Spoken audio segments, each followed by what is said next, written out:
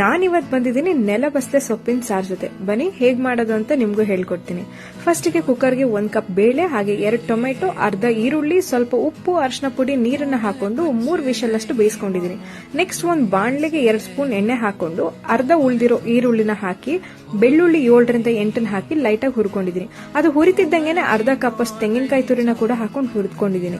Next ಇಳಿಸೋ ಹೊತ್ತಿಗೆ ಸ್ವಲ್ಪ ಬೇಕಾದಷ್ಟು 2 ಸ್ಪೂನ್ ಅಷ್ಟು ಸಾಂಬಾರ್ ಪುಡಿನ ಕೂಡ ಹಾಕೊಂಡು ನಾನು ಇದನ್ನ ಮಿಕ್ಸ್ ಮಾಡ್ಕೊಂಡು ಆಫ್ ಮಾಡ್ಕೊಂಡಿದ್ದೀನಿ. ಇದು ತಣ್ಣಗಾದ್ಮೇಲೆ ಇದನ್ನಿಷ್ಟು ಮಿಕ್ಸಿ ಜಾರ್ಗೆ ಟ್ರಾನ್ಸ್ಫರ್ ಮಾಡಿ ಸ್ವಲ್ಪ ಇಂಗನ್ನ ಹಾಕಿ ನೀರನ್ನ ಹಾಕಿ ಪೇಸ್ಟ್ ಮಾಡಿ ಇಟ್ಕೊಂಡಿದ್ದೀನಿ.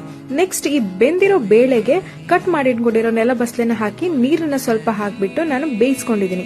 ಇದು ಬೆಂದಾದ್ಮೇಲೆ ನೀವು ಮಸಾಲ ಹಾಕಿ ಒಂದು 5ರಿಂದ 10 ನಿಮಿಷ ಕುದಿಸಿ. ಮತ್ತೆ ಹುಳಿನ ನಾನು ನೋಡ್ಕೊಂಡು ಹಾಕಿದ್ದೀನಿ, ಯಾಕಂತ ಅಂದ್ರೆ ಈ ಕೆಲವೊಂದ್ಸಲ ನೆಲಬಸಲೆ ಸೊಪ್ಪು ಹುಳಿ ಬರುತ್ತೆ. ಹಾಗೆ ಉಪ್ಪನ್ನ ಕೂಡ ಅಡ್ಜಸ್ಟ್ ಮಾಡ್ಕೊಂಡಿದ್ದೀನಿ.